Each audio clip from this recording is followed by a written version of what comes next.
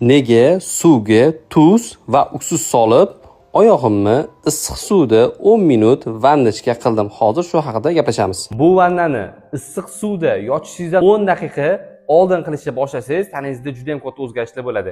Ya'ni ertalab turguningizcha immunitetiniz ko'tarilib, har xil tanangizdagi og'riqlar ketadi. Ikkinchisi bo'lsa, oyog'ingizda har xil gribok bo'ladimi yoki har xil bakteriyalar bo'ladimi, hammasidan xalos bo'lasiz. Ayniqsa bu vannachka tirnog'ingizni orasigacha kirib, gribok kasalligingiz bo'lsa, ya'ni oyog'ingizda terlash yoki hidlanish kasalligi bo'lsa, hammasini yo'qotishga yordam beradi. Uchinchisi bo'lsa, sizda shamollash bo'ladimi yoki tanangizda qanaqadir yallig'lanish bo'ladimi, hammasidan xalos bo'lishingizga va juda ham tez natija olishingizga yordam beradi. Ayniqsa oyog'ingizda har xil qadoqlar bormi, ularni yumshatishga va ketkazishga juda ham katta yordam beradi. Bu videoni oyog'idan yoki immunitet yoki shamollashdan muammo qiladigan tanishingizga tez tashlab qo'ying. Menga obuna bo'lishni unutmanglar. Sog'liq birinchi o'rinda.